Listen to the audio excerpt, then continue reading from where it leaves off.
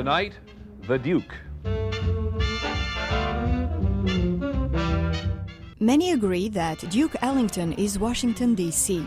This is where he was born as Edward Kennedy Ellington and where his career began.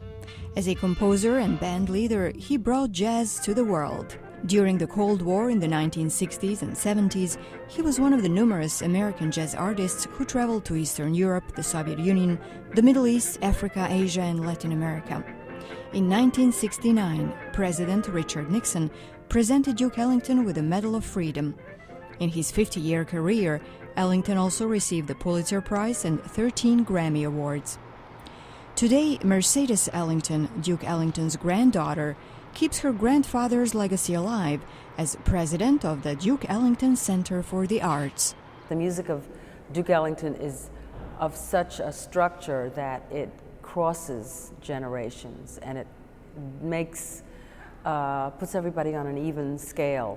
Duke Ellington used to be very charming and very gracious, and appreciated his career to such an extent that when he was invited to play in different countries especially, he would compose a suite dedicated to that country. He loved to go to places he was not supposed to go. So he never labeled his music. It was not jazz, it was not this, it was just, he said it was American music.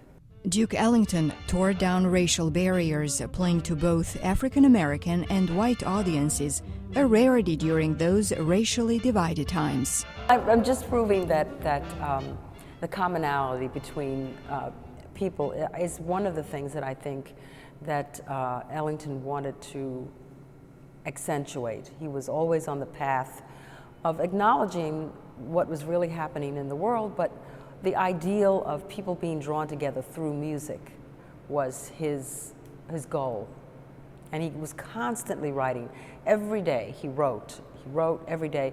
Even when he was ill, dying in the hospital, there was music paper. He had music paper. He had a piano at the foot of the bed. Mercedes Ellington remembers rare moments spent with her grandfather. We never saw him really because the orchestra was constantly on tour.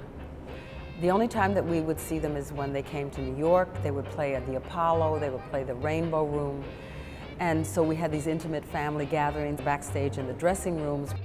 As a young boy, Duke Ellington was more interested in baseball than in piano lessons. But at that time, people respected and admired musicians. The ladies were drawn to the piano players and the musicians. And so as his interest in the ladies increased, so did his interest in music. So he was driven by music and by women. Duke Ellington started playing the piano at the age of 7, and by the time he was 15, he was already composing. Mercedes Ellington says her grandfather was not really a grandfatherly type. He did not want people to know his age. I think he was vain enough that he didn't want, like all of his lady friends, and certainly some of his fans, to know that he was old enough to have grandchildren, so he asked me to call him Uncle Edward. Mercedes traveled with the band to Russia in the mid-1970s and got to see her grandfather's popularity firsthand. People were running on the tarmac alongside the plane as we landed with bouquets of flowers, and they had been listening to the music of Duke Ellington through Radio Free America. There were enough Russian people who knew about the music and had secret recordings of the Ellington band, so there was great reception everywhere we went. The musical revival, Sophisticated Ladies, based on Duke Ellington's music, has just opened at the historic Lincoln Theatre in Washington, D.C., where Ellington used to perform. The original Broadway production from 1981 was nominated for 8 Tony Awards and won 2. Sophisticated Ladies stars famous Broadway choreographer and dancer Maurice Hines.